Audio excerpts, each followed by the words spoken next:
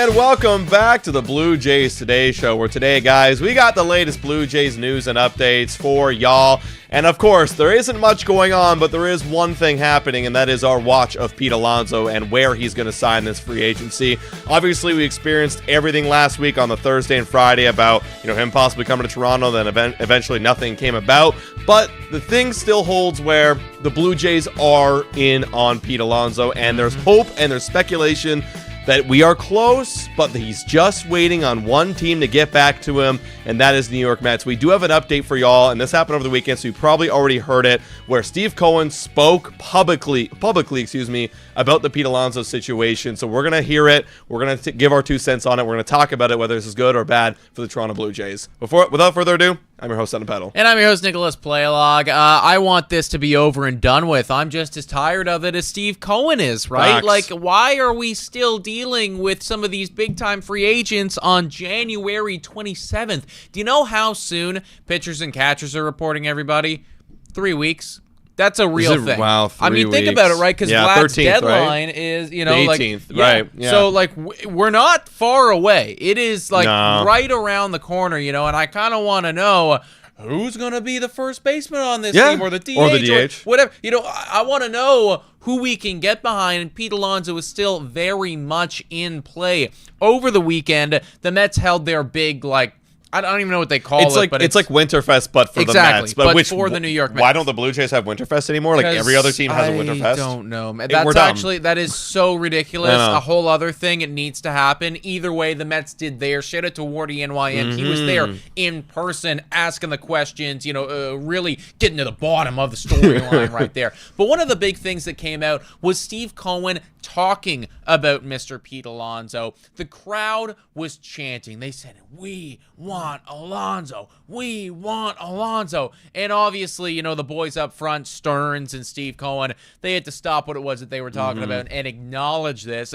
And Cohen was pretty candid with it, man. He came out and said, "Listen, I'm tired. I'm exhausted. These negotiations, they have been more difficult than the Juan Soto negotiation." That's a real thing. This is Pete Alonso. That was Juan Soto. It's been harder than that. He was saying, "Look, great guy, great player, but we're kind of ready to be moving on. We're ready to take that next step as an organization. We're ready to move forward."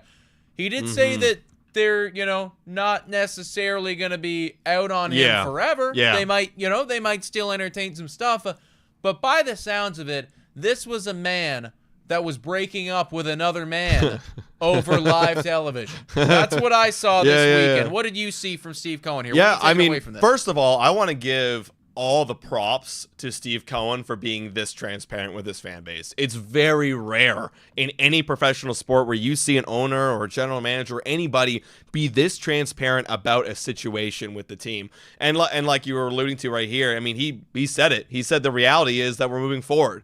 No fan wants to hear that, especially when they're chanting, "We want Pete Alonso," and then a minute later, you're about to drop this bomb that you are simply moving forward. But again, it's not over, but they're moving forward, and they're looking past Pete Alonso and finding ways to improve this team without spending a lot of money on him. And even he admits it, too. And that's where we are, and I'm being brutally honest. I don't like the negotiations. I don't like what's being presented to us, right? Listen, maybe that changes, and certainly I'll always stay flexible. If it stays this way, we are going to have to get used to the fact that we may have to go forward with the existing players that we have, And the crowd cheered. I think they cheered because they were brutally honest. Like, if Ross Atkins stepped out of the, had a press conference and said that about, let's say, Guerrero, oh yeah, I'd be shocked. But at least you were honest about the direction of this team and you have some sort of plan or whatever. But this is the reality of the fact that Pete Alonso might not be coming back, and because they've drew a line in the sand, which was that $68 to $70 million deal for 3 years, and he doesn't want it. So they're moving on. What do you take from this, Nick? What do you make of this? Well, listen, man. There's a whole narrative going on, because this is what people do. They like to create narratives. And I'm gonna single you out here, Adam White. I'm gonna single you out. Adam White in the chat says, "To be honest, I don't buy it. It's obviously Cohen putting pressure on Alonso and Boris." And let me be very clear, guys. Let me be very clear. I said this last week about the whole Toronto Blue Jays debacle. It can be more than one thing. These are not mutually exclusive things. All right, they can both be true at the same time. All right, in the back of Steve Cohen's brain, because he's a businessman, he knows this shit. I'm sure that he was aware that by coming out and that by making his stance clear, maybe that does put a little bit of pressure on them. Maybe that really signals to Alonso what's going on. But let me also paint you this picture. Could it not also be a huge risk if he truly wanted Alonso? Because this could be driving Alonso away. Sure. Right? It's insulting so a little just bit. as much as he might be putting pressure on him, it's also a big risk. So truthfully, everybody, I do think that Steve Cohen is exhausted. I do think that this negotiation process has been fatiguing to him. I do think that he has come to terms with the idea of moving forward without Pete Alonso. I also think that there might be a small byproduct of maybe this leverages them, maybe this doesn't, but that's not the intention here, guys. I really don't believe that. There can be more than one true thing at one time, and that is in this case as well. Yeah, quick shout out here to Chris Reimer saying, I feel like 4 years, 100 gets it done. Thoughts? Oh, that should. Yeah, it should. I mean, That he wants definitely 100 should. million, right? And he's only getting 70 for 3 years. So I absolutely thank you, Chris, for the dono. I appreciate it. Yeah, I mean, look, I mean, for you got to look at the Mets standpoint right now. They're almost at $300 million in their payroll. Yes, last year they were well over that, about $344 million. But again, you're building the window for Juan Soto right now, and you already have a lot of guys on the payroll. I was looking at it this morning, Francisco Lindor, a ton of other dudes too. I mean, we forget about Edwin Diaz, how much money he costs. There's a lot of guys up there that are in the upper teens, the lower 20 millions, and then you got, Juan Soto for $60 million per year. He's trying to build a team right now that can win now. And yes, does losing Pete Alonso hurt your lineup a bit? Sure. But let's be real. You said it this morning in the podcast. They're going to go back to the playoffs. Still and playoff team. And they got $40 million left to play with. Let's say they don't bring Alonso, don't make any more moves. That's $40 more million that they're left to play with if they were going to match what they did last year. Well, that's a trade acquisition. That opens them up to maybe a Vladimir Guerrero Jr. signing next free agency. So I think that they're kind of weighing their options, and they wanted to get either a 3-year deal done for a low AAV, but it looks like he wanted opt-outs, he wanted a high AAV, and that's just not fitting the bill of creating a winning team around Juan Soto. Well, look, I'm going to put it this way, everybody. I do think that Pete Alonso wants to go back to the Mets. I think that if he had to name his place, that's where he wants to go. And I would imagine that he has indicated to Scott Boras, I want to get the best deal out of the New York Mets. This is what I'm looking for. This is where I want to go. They're not willing to offer him that contract.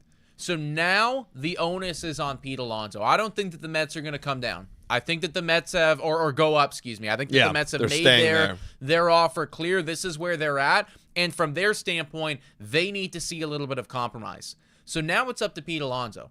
Does he want to take the more money that is going to be offered to him from the Toronto Blue Jays or some other mystery team? Because LA God Angels. only knows, could happen. LA Angels, somebody else, you never know. Maybe Seattle Mariners come out of nowhere. They hear this news. They want to jump in the mix. Right. But does he want to take the more money from some other team, or does he want to go back to the New York Mets for less money? That's the decision. That's the only decision at this point. The Mets, yes, they're in the mix, but they're not really, because they've made their standing and their statement clear, right? So Toronto, that, okay, if they're offering 75, if we offer 90, well, now you're giving them something to think about. And then it all comes down to Pete Alonso. Is that $15 million, or I'm just using this as an example, but is that X amount of money enough to convince me to leave where I live, to leave where I came from? Or am I, as Pete Alonso, willing to take that pay cut and stay here? He needs to decide that. That's the question, right? And now I know a lot of people might be thinking, and a lot of people are thinking this online, is, okay, well, this is the case. Well, he doesn't want to play for Toronto then. Well, I mean, duh. I mean, hello, he wants to be a New York Met. We've always known this. But the point is, as Toronto, you have to offer him something different. You got to offer him, more money, and you got to give him incentives to opt out. Because if he truly doesn't really want to play here, well, you get him a lot of money right now to convince him to play here. Give him some protection on the options where if you do suck next year and you keep declining in your numbers, well, maybe you can take the money and be happy with whatever total money you do get. But if you have a great year next year, go ahead. You can walk out the door and see if you can go get that contract that you're looking for, the total value that you really, really wanted. Yes, you'll be 1 year older, but maybe after all, you add that $33 million that you made with the Jays in 2025, let's say, and then you add that on top of whatever a new deal you get after a great year, then it adds up to the total that you really wanted. So you got to play that part. So if you're the Blue Jays, you want to offer him that opportunity. So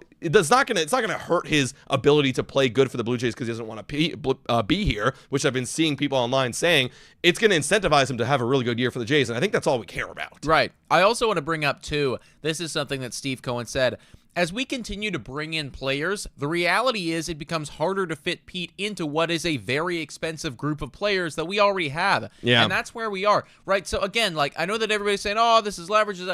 I don't think so. I mean, did they not trade for Torkelson or get Torkelson? No, I think they're trying to trade. Trying to trade for Torkelson. That's like, a clear, obvious. We're pivoting and moving on. I mean, like, this is like it sounds to me like they're making their statement very clear. They're making their decision. Now, from a Blue Jays standpoint, I actually don't think I want Pete Alonso on a crazy long-term deal. Right? Because it really does. It starts to create some questions. It starts to create some problems. What is going to happen with Guerrero? Okay, you move him to third base. What if he sucks? Yeah. What if it's error? Every other game it's an error from Guerrero at third base. Well, now what do? Right now you're going to have this crazy logjam, right? So, I actually like the idea of having Pete Alonso on a shorter-term deal that is super high average annual value that might include some type of opt-outs or incentives for the guy, right? Yeah. Maybe you can opt out after year 1 or year 2 or what have you. And then that kind of, it's like, all right, you get what you want here. You hit a lot of home runs for us. You play good baseball. You get a lot of money right now. You get to hit free agent in a little bit or free agency in a little bit. We get somebody that is going to play very good baseball, and it still allows us the flexibility to then build out our roster in other ways and still explore the extension talks with Vladimir Guerrero Jr. because, as I'm sure many of you know, we are, 20-odd days? 21 days? Yeah. 3 weeks from that. Yeah. We're 3 weeks away from Guerrero either being here forever or going to be hitting free agency. That's how long away we are from him hitting free agency. Yeah, and again, like from the Blue Jays roster standpoint, 2025 is like the final push of this window. So if he's only here for 1 year, well, he was part of that final push. Like if we're going to lose Bo Bichette after this year, like whether you like it or not, folks, if we're all thinking that like Bo Bichette's going to bounce back, Bo Bichette leaving is going to hurt this team. Like that's right. Like last year, without Bo Bichette, we won 74 games. That's the thing. You know what I mean? Like it's gonna hurt this team. So him only staying for 1 year with a healthy, hopefully Bo Bichette and Pete Alonso, that's our big push. And then they're both gone. Well, now we have more money to reassess for the future what we want to do there. Right. Yeah. Right? How much do you think that the Bo Bichette loss, assuming it does happen again? Like there's still a 5, maybe 10% chance that he does stay here and everything like that. Right. How much do you actually think that the Bo Bichette loss is going to impact this team moving forward? I know that there's a lot of variables in that. Yeah, I mean, absolutely, it's going to impact the team. Who's the cornerstone? Who's the cornerstones? Of this team? It's Vladdy, Bo, and it was Springer, not anymore, but it's Vladdy and Bo. You're going to lose one of your main guys, and people could say, "Oh, his defense is ass, and he cost us in the field." Guy led the league in hits back-to-back years, or I believe he led the American League in hits back-to-back years. It's like. That's going to hurt a big amount. That's a huge part of your lineup and a huge part of your identity of your ball team just gone right there. I mean, we saw it last year. A guy who, virtually when he was in lineup, was unplayable. And then when he got injured, obviously he wasn't there. Look what happened, right? Yeah. No, I mean, and like there's been a lot of arguments from individuals about, it's like, well, we don't really need Bo because we didn't have Bo last year. And I get it, but we were also terrible. We were terrible last year. Not saying that, the loss of Bo Bichette or the underperformances of Bo Bichette is directly, like the main factor as to why they only won 74 games last year. There was a bunch of factors, bullpen, pitch. Yeah. There's still so many fucking factors. Yeah. However, you can't really say it's like, we're fine without Bo Bichette because the only time in the last 5 years that we've been without Bo Bichette, we were a horrific baseball team. Horrible, no one could score runs. No one could get on base, right? So, I mean, obviously, Bo Bichette, having him, losing him, it is going to be a major swing for us. And, I mean, to cycle it back to Pete Alonso, that would just help mitigate that loss a lot more, assuming he would be under contract for next year or past that. Right. So, also, I want to finish off one more thing. Just think about this, right? We're all talking about WAR. Look at the last 3 years when he was at his peak after 2020 when he had a full season. 5.8 WAR, 3.7 WAR, 4.9 WAR. Those guys you can't just find those guys without paying them 20s of millions of dollars. It's actually insane to see that he went from effectively he averages somewhere in the high 4 WAR type of guy the last 3 years. In the best year he was over MVPs, 5, right? he's getting votes. And then last year was negative. Yeah. That's an insane swing right there. Think that's 5 wins. right? Yeah, literally. That's what I'm saying, right? Like if you had Bo Bichette with a crappy bullpen, maybe you win 79 games. Could be. Maybe you win 80, It's right? not impossible. Quick shout out here to Trevor Advent with the $279 dono. Thank you very much. W's in the chat for donating, saying Alonso, 3 years, $85 million. Love that, by the way. Love that. That's exactly what I'm talking about. Yes. Carlos Estevez, 3 years, $27 million. How many wins? Well, I'll tell you right there, those two guys, I mean, I think that you could lock them in for like 6 more that you just added. Yeah. Right? You know, I'm not. I've been very outspoken about WAR and how I hate it and everything like that. But in the off, we got to use it still. In the off season, it's kind of nice just to be like, oh well, 6 wins here, whatever. Yeah. But more than 74. I'll tell you that. Yeah, I'd say like right now our line's at 78.5. I'll give us 84 wins, 84, 85 wins right there, and that's what the safe average right there. You could be higher, could be lower, depending on some bounce backs, right? And also accounting for a healthy and usable Bo Bichette. So. I mean, and I put it this way too: you bring in Pete Alonso here. I was saying this a bunch last week. You bring in Pete Alonso here, maybe Scherzer, maybe Estevez, maybe Quintana, whatever. Yeah. There's hope again. I actually believe. Like, I genuinely, I was saying after Santander, well, we're back. And, yeah, we're back a little bit, but, I mean, there's still so many things. Back to 500. There's still so many things that need to go right for this team to be, like, actually back. You bring in Alonso, maybe a starting pitcher. I'm all the way about the fuck back in, guys. Like I'm right there. I'm gonna be right there on opening day, believing in this team, thinking that we got a real shot. Well, I mean, let's talk about Pete Alonso a little bit more and talk about some of the other rumblings that have been coming out. And again, take everything you will with a grain of salt because you don't know where these are coming from, and we all experience heartbreak time and time again. But Mark C. Healy coming out here, who's been in the camp of Pete Alonso will sign with the Blue Jays, saying the only thing stopping Pete Alonso from signing with Toronto is the outside chance of the hashtag Mets offering a last minute deal. I think we all can agree on that, right? And again, like the Mets, and a lot of people in the chat have been reading right now saying, guys, don't get your hopes up. He's going to return back to the Mets. Again, like Nick's saying, if he really values playing for the Mets, he'll take the Mets offer. If that's truly what he wants, he'll take it. If he wants to go make maybe the potential of 30, 40, 50 more $million because then he bets on himself and then he makes a lot of money this year and then gets a bigger contract, he signs with the Blue Jays or another team, right? So, but again, take this with a grain of salt. He might be a Blue Jay if he doesn't decide to go back to the Mets. It's that simple. Exactly. And the Mets have now made it clear that I don't think that they're going to offer him the contract that he wants. So it really just does come down to Pete Alonso. Am I willing to take the pay cut?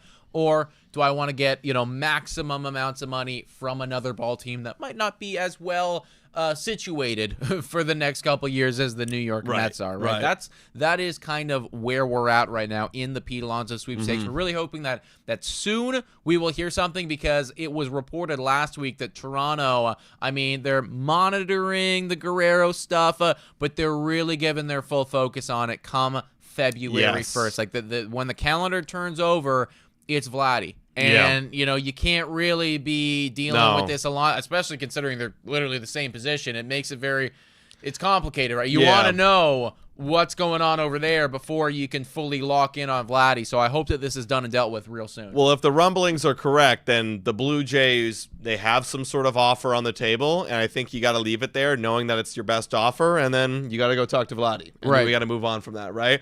Also, this came out from Steve Phillips. He's on MLB Network. He said on a radio today that he expects, again, take this with a grain of salt. I'm not saying this is fact, but again, guy on MLB Network says expect as early as today that he will hear the Blue Jays have signed Alonso. So maybe there's some sort of clock ticking for Alonso that he's like, you know what, I want to get a deal done before February as well. If I whatever I decide, if the Mets haven't really give me the offer I wanted, then maybe I will go with the Jays. But it could happen today. It could happen this week. It could happen February 28th. Well, if I'm Toronto, man, again, you want to, I don't know where they're at in the negotiation process, so this is a blanket statement and probably isn't even relevant, but it would be nice if Toronto just came to Pete Alonso and was like, hey, man, you got till January 31st because on February 1st, we got other fish to fry. So our offer is this. It's valid until the 31st. Yeah, just like Vladdy has a deadline for his negotiation, we have a deadline with you negotiating, right? So pick whatever you want. Like if you want it, there it is. But you got 4 days to figure it out. Let us know. Wouldn't that be nice, right? And that's okay. I love the MLB offseason because it is so crazy, but I do really like appreciate like NHL and NBA, NFL, where there's literally a week period and it's like sign. Yes. And then we're done. No, it's it's like genuinely everything is on crack for that month and then or that week, excuse me. Yeah. And then you just don't need to think about it for a while. Right. But it's nice because when you're a fan, it's like, okay, like what are we doing? I know what my team is. What's the off season? Whereas we're waiting on the end of September, beginning of October, all the way to literally could be in spring training. We're like, who's even on this team? Yeah, we have no idea. No, it's crazy. It's a tough watch, everybody. It's tough to cover too. We got 750 people in here right now. If you haven't already done so, please hit that like button, smash the subscribe button, everybody. We're gonna be going live probably multiple times this week as more news about this and other stuff comes out. And like we said, we are getting so close to that Vladimir Guerrero Jr. deadline and baseball coming back and everything like that. One more move. I'm all the way bought back in, and this is the spot to be if you like daily Toronto Blue Jays news, content, and just discussion in general. Also, we're very close to 30,000 subscribers. Oh, we're and so we would close. like to get there. Now, before we talk about more baseball stuff, I do see some people in the chat. There was actually quite a few people talking about that Kansas City Chiefs Buffalo Bills game. And you know what? Because we're Toronto based, I do think we just got to give our GGs. Shout out and thank you to up. I can't even read that. Uppy 98. Uppy. Okay, there you go. Shout out to you. But because we are so closely situated to Buffalo, GGs and hearts go out to every single Buffalo Bills fan. Let me tell you, I was rooting for you. I watched that whole game, and I mean, I was feeling anxiety actually during it. Like I was feeling stuff because I just my genuine hatred for the Kansas City Chiefs wanted so desperately to see something different this year, and we didn't. No. And now it's Chiefs going to the Super Bowl again. I gotta say this.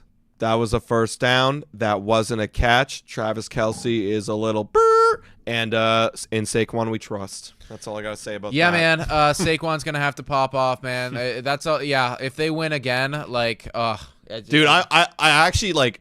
I mean, we all remember the Tom Brady era. Of course. It's going to feel the exact same way. It is. It already does. It already does. And the fact that Tony Romo, I got to say this right now, Tony Romo actually cheeses me.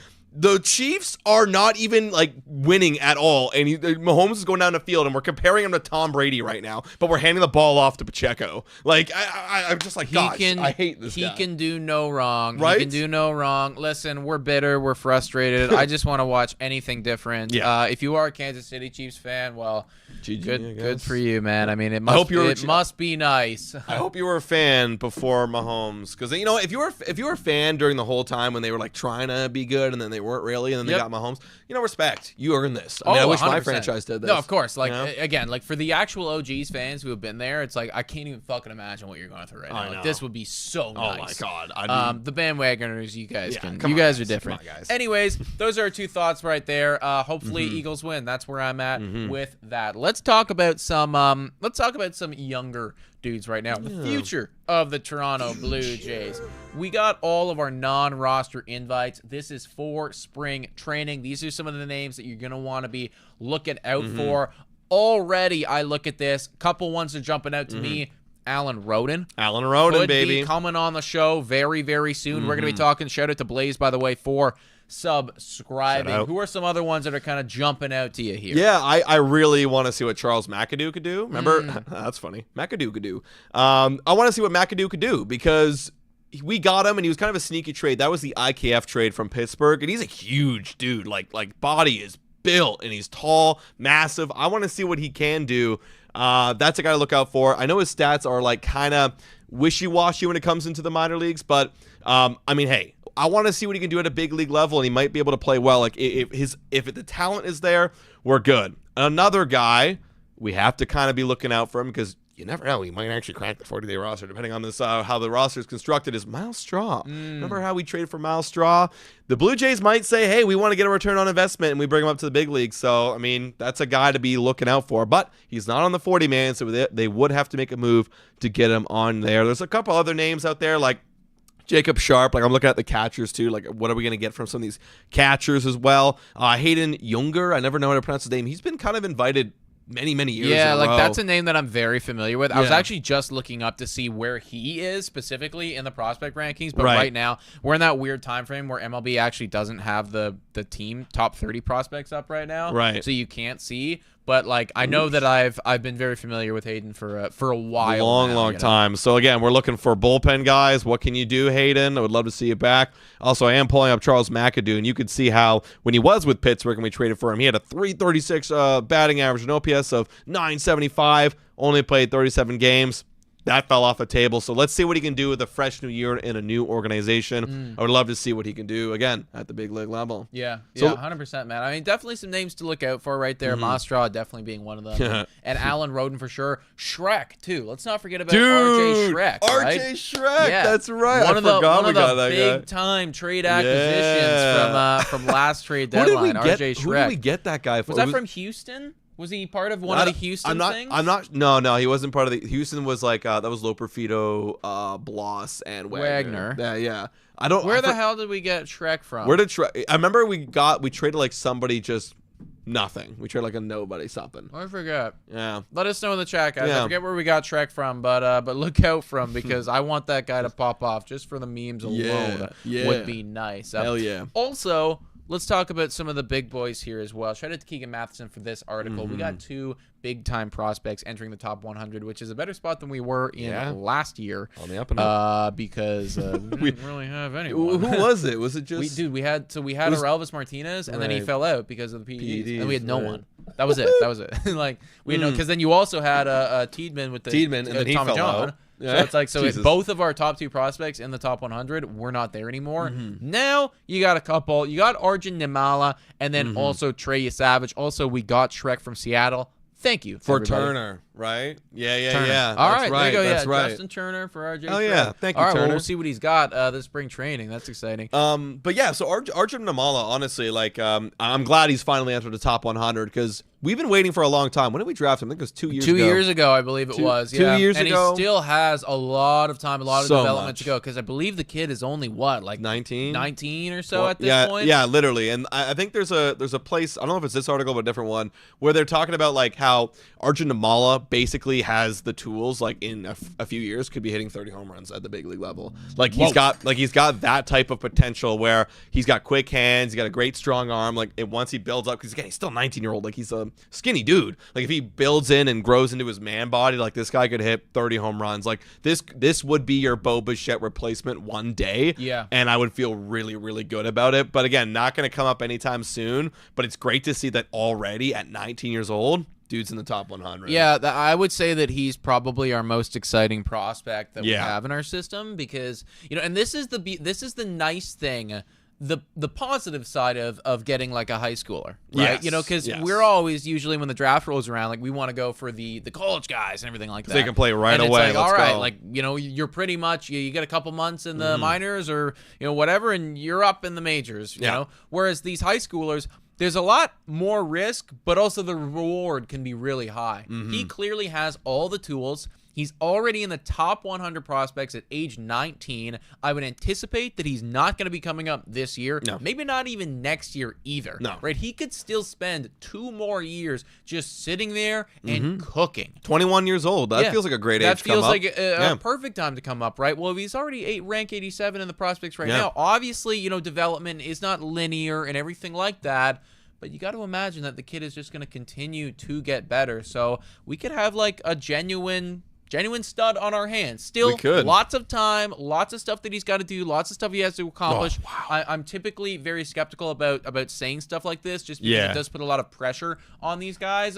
But yeah, you got the numbers up right there. Yeah. And I mean, in rookie ball, like, Jesus Christ, he was tearing the top off the thing. Yeah, like obviously the home run or the batting average is low, but the slugging is very nice. The home runs last year in single A when he got promoted, like he had 16 home runs in 82 games. That's very good. That was an 18-year-old you're looking at right there, right? That's single A ball. I expect him this year to probably start in single A, maybe high single A with the Vancouver Canadians, and then at some point, if he's still progressing, that's double A territory right there. Bring him up to double A and see what he can do. And then the next step, of course, the following year, like Nick's talking about, start him on double A, try triple A. Or if you want to bring him to the show right away, bring him to the show. Depending on how he's developing. All right? depends what he does, and we'll see where the numbers go. But now MLB starting to take notes, starting to look at him and be like, hey, this could be a 5-tool guy, like when it's all said and done. And I'm extremely excited that we have him in our system. I'm hoping that he will be kind of like part of a new wave of guys when it's time. When it's all said and done with this current wave, he'll be part of the future. He's part of the future, right? And lots of time to develop. I mean, hell, like this guy could be the star of the Blue Jays in 2030, and we're talking about him like we're talking about Bo Bichette, right? Yeah. It's like that far away. So that's exciting stuff. Hopefully it all pans out. No pressure, Archie. You got lots of time. Lots of time to figure it all out, everybody. Let's give a quick shout out to one of the sponsors of this video, everybody, before we continue. Shout out to Betway. Whoa, time for a quick shout out to the sponsor of this video. Hit your picks and knock it out of the park with Betway. Scan the QR code down below to join the action. Only available in Ontario. Must be 19 years of older to participate. Please play responsibly. Now, everyone, back to the content. Shout out to Betway, everybody, for being absolutely phenomenal. Listen, this is your sign to start watching TGL. Hell yeah. If you haven't already done so, okay? If you've been listening to us for a while right now, you know that Adam and I are little golf addicts in the making. Like we love it out there on the course. And right now, during wintertime in Canada, there's no fix. I'm not getting my fix other than this. Jupiter Links, Boston Common, new league created by Rory McIlroy and Tiger Woods. Boston Common right now. I switched the two lines right there. So their money line is actually on Jupiter Links. I was so ready to smash it. I know. The money line is actually the whole one for both of them. So they're just flipped right there. So Boston Common is 240 for just money line. And then, they're actually flipped. Oh, yeah, I messed up this morning. I messed up making this graphic. So it's actually 350, what I really like, for the first hole win for Boston Common.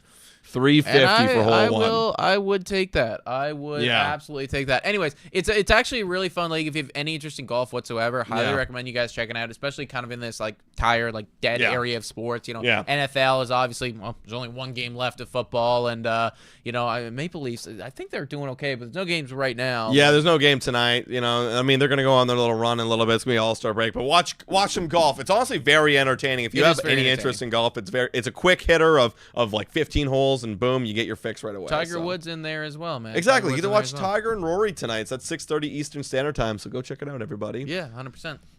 So let's talk about one more guy that's now on the top 100, and that is Trey Yesavage. We drafted him last year. We were live for that. Obviously, he's a college guy, so he's a little bit further along than most guys. He hasn't played in the Blue Jays system at all, but it's still something to note, right? Who are other college guys as well who has come up through the Blue Jays system? Alek Manoah, right? We drafted him in the first round as well, and that was a very quick turnaround. Honestly, nobody expected it to happen, but just a reminder of what kind of stuff this guy has. Low 2 ERA, a 0.868 whip, and if you remember in the draft, he was falling down the board because I think he had surgery on his back or something like that. Yeah, there was questions with him. There was questions, but like literally he was fine and he was cleared to play. So for us, it was honestly a big steal of a draft to be drafting him where we got him. So hey, look out for him. This could be a part of the future one day. But again, I'm not expecting like this year. I don't know, maybe even not next year. Again, maybe him and Narjan Nimmala can come up and be the future of the team. Also depends what we do with that rotation. I mean, if Mad Max is coming in here or somebody else of that caliber, I mean, sorry, Trey. Like you're gonna have to wait a little. He could be trade bait too. You never know. Could be trade bait as well, depending know. On where the team's at. Right? Now, I do see a bunch of people in the chat. Shout out to the 650 people still watching, by the way. If you haven't already done so, hit that like, smash, subscribe button. But I see a lot of people in the chat asking or talking about Alex Bregman, and then also talking about him in relation to Pete Alonso. We're gonna get to the mailbag very, very soon. Everybody, answer some of your questions that you've submitted, but right now, there was a recent development with the Astros trading Ryan Presley to the Chicago Cubs. They seem like they are back in the Alex Bregman sweepstakes. Yeah. Are you saying that we're like, at this point, we haven't heard a whole lot about the Toronto Blue Jays and Bregman? Are we affected? Are we dead in the water in those sweepstakes? I don't really feel very confident. I mean, obviously, I think Alonso's a bigger shot. I honestly think Max Scherzer's a bigger shot than us getting Alex Bregman. Like, we haven't really been hearing a whole lot. Now, that could be good or bad thing. I mean, we heard nothing about the Arizona Diamondbacks getting Corbin Burns. I'm sure a lot of their fans were shocked to hear, oh my God, we got Corbin Burns. That's insane. But I don't know. If it's us, it's between us, the Red Sox, the Tigers, and again, if I'm the Astros, and they actually, I think the offer came out, they're offering him 6 years, $156 million. That's $26 million per year. That's a very good deal, Alex. And For Alex Bregman, you should take it. Wow, you should take it. I'm pretty shocked that he's still getting offered that amount. Yeah. I mean, I guess it's your home team. They believe in you. They know what you can do. But I personally don't see at this point the Toronto Blue Jays going up to that point. Now, earlier on in the offseason, I thought that Ross Atkins would be extremely enamored with the idea of Alex Bregman, just because, I mean, we've seen him go after that type before, and he does certainly have a type. But it does feel like as the offseason's gone on, maybe we've been outpriced from that conversation. Maybe the Guerrero implications are coming into this a little bit, and it does seem like from the recent rumors, recent reports, Pete Alonso is the guy, if anyone is going to be the guy at this point. Absolutely right. So we'll see what happens on that front. I'm trying to get the mailbag up, but it looks like it's all glitchy and weird because my computer just deleted everything over the weekend. So I won't be showing it to you, but we can read them off, everybody. Apologies for that, everybody. So apologies. So we got a question here. We're speaking of Pete and Max Scherzer. We got a question here from Mike Hokesmall. I'm not sure how to pronounce your name, Mike, but Mike comes here with a question saying, if the Jays can't get Pete and Max, who else should they target? I'm thinking Quintana or Yarbrough for pitching, but the power bat looks weak if they miss out on Alonso. Thank you, Mike, for your question. I wanted to bring that up because I haven't heard the name Yarbrough in a long time. I literally haven't heard a single word about Ryan Yarbrough all season, but if the Jays can't get Pete or Max, who else should they target? Good question. I do think Quintana is a shout for sure. It would be too good to be true to be in on Jack Flaherty. We're not going to do that. I don't think. I think it was, if we were going to get a big time pitcher, it was Corbin Burns, and they were big in on that. Feels like they're skeptical about Flaherty. I get it. Maybe they got their reservations on him, so that's fair. Might not be in on that guy. Honestly, you lose out on Alonso. The hitting side of things. It starts to fall off pretty heavily. Yeah. Like, I was very interested in Profar. I thought Profar would be right up their alley, and for an on-base guy, somebody who really broke out last year, somebody that wouldn't break the bank, I thought that he was gonna, be right up there for the Toronto Blue Jays. They lost out on him. They lose out on Alonso too. I think honestly, like at that point, you start to see them shift to the trade market. Yeah, I agree. Because I'm looking right now. You can look at, what other bats out there? There's Anthony Rizzo. No. Yohan Moncada. Actually, we were talking about that guy a little bit. Maybe they get him. Reunite with Justin Turner or get Mark. Like, you can see it quickly. It's falling off. There's not a whole lot of needle movers here. Like you'd be taking a big time dart throw, however way you want to spin it. So honestly, you probably see them pivot to the trade market at that point. I agree. I can't agree anymore. So thank you, Mike, for that question. This is a fun one. They didn't submit their name, so no name, unknown, coming in here asking, do you think John Schneider will be gone sometime in April if the Jays don't start winning games and then it cuts off, so I think from the beginning. Right. Do you think he's going to be fired in April if they go 6-14? If they go 6-14, then there might actually be some serious questions, because that was really bad. But I would say that the Jays, being the type of team to really crawl to some type of decision like this, if anyone's going to get fired, it would be in May or maybe June. I could certainly see John Schneider getting canned at some point if the shit hits the fan immediately, especially if they were to go out and bring in Alonso. Yes. And then, you're Ross Atkins and you're going, guys, I gave you everything. I gave you everything you could possibly ask for here, and now you're 6-14?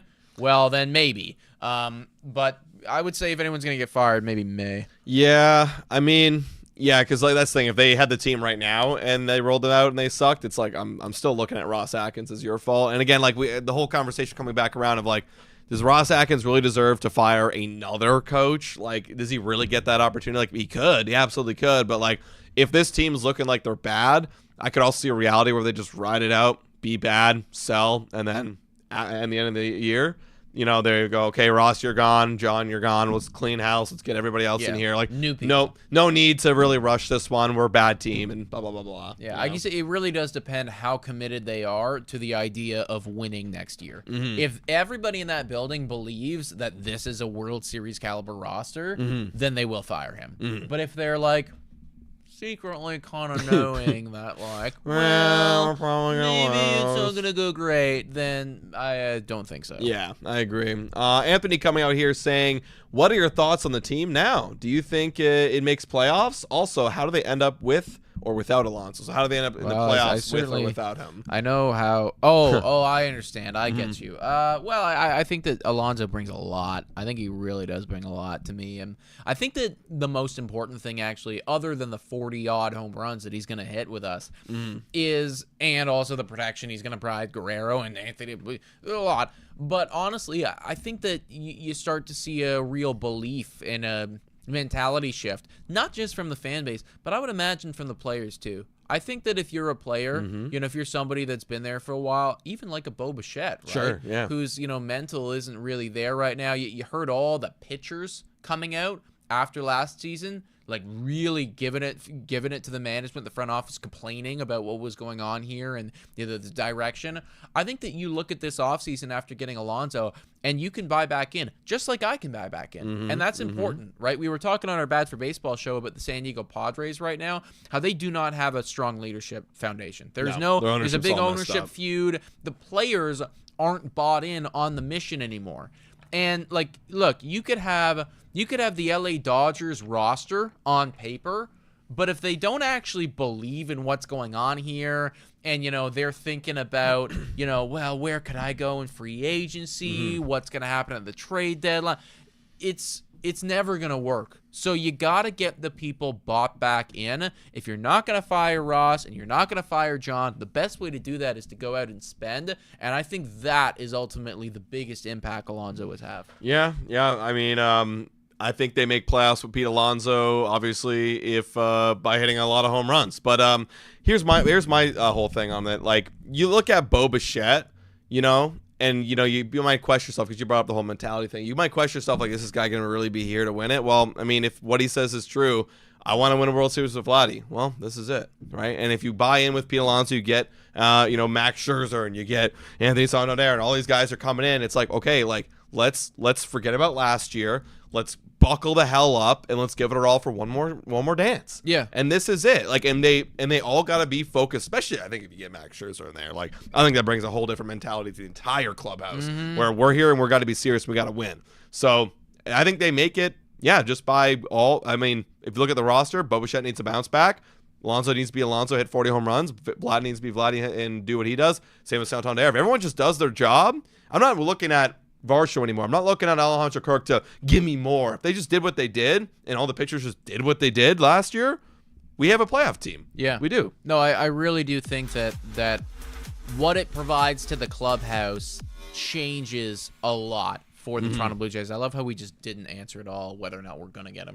Yeah, I can't answer that question. I don't know. Shout out to Good Tea, Nice House, $5 donation coming in here. Blue Jays have a history of firing their managers when their career win-loss record is 500. If they were already sub 500 prior to Jays, they won't wait. So I hear what you're saying. But, look at what happened last year, right? Where we were clearly below 500 for a long period of time. Pretty much the whole season, actually. We didn't fire John. And I mean, everyone, like the media, everyone was screaming, like, someone's got to go. Yeah. And for the first 2-3 months of the season, it was John Schneider is going to get canned. They're going to get rid of him. And it just never happened. We kept waiting and waiting. Well, I remember I put a date on it. I was like, if we lose this series here, and we did. We lost it. And if we lose this series here, that's when he's going to go. And it didn't happen. And then I was like, well, if we lose this series, he's going to go. We lost it. Didn't happen. Never happened. So I don't know. I think it's just, again, a little bit different. Like, regardless about history, it's we're at the end of an era here in Toronto with with the Shatkins era, so a lot of people like to call it. Like, we're almost at the end. Like, they're done in 2026, and like, are they really gonna fire a guy and bring in somebody for 1 year and then they're gone? Like, I don't know. I think they're comfortable, and they're just going to run it back. And they love John Schneider. Like, they can't stop talking about how much they love this guy. So maybe it's because he listens to whatever the front office has to say, and they love that. That's right? a narrative that we really haven't talked about in a while. It's just the yes man that is John Schneider, right? I mean, this is going to be a big year for him, just not only with the Toronto Blue Jays, but I would say his MLB career as a whole. Like, if you want to get another job, you got to show the rest of the league. Yeah. Like, not only just that, you can manage a winning ball team, because I think everybody around the league would see that there's problems with Toronto, but that you aren't just a big yes man, that, you have your own original ideas. You can manage everything, and I don't know how he does that. I think the's a path for John Schneider to win Manager of the Year if we win, like, 95 games. Oh, if we win the AL East, then hell yeah. He wins Manager of the Year because you look at, like, wow, this team that we all counted out just all of a sudden became elite. It has to be because of him, which is, like, kind of funny. Which is also a fallacy right there. Exactly. Never really, obviously part of it, but not really the case. Like, the only Managers of the Year that, like, really make sense are, like, Cleveland and, like, Tampa Bay, where, like, you really don't have anything, and you pull out a winning team. Whereas, like, if the Blue Jays are winning, it's because they signed Pete Alonso. Or last year Detroit. Or last year Detroit, where AJ Hinch. What the hell happened that there? was awesome. You have nothing, and you just pull them out of nothing. For real. Yeah. Guys, that is going to be the Blue Jays Today show for this Monday. If you liked what you heard here, you liked the commentary, please make sure to hit that like, smash the subscribe button. Podcast coming out tomorrow, video on Wednesday, podcast Thursday, another Blue Jays Today show Friday. Tons more content on the way. Follow us on our social medias. Leave us your question in the mailbag. The link to do so is in the description. I've been seeing people asking about the Discord. Apparently the link is invalid. I'm gonna fix that because when we got hacked, we lost our Discord. Oh, shit. When we got hacked, we lost our Discord. So I'm gonna fix that. I think I have it scheduled tomorrow or something like that. But don't worry, guys. We'll get it all figured it out. All right. Thanks so much for watching, everybody. And as always, go Jays, go!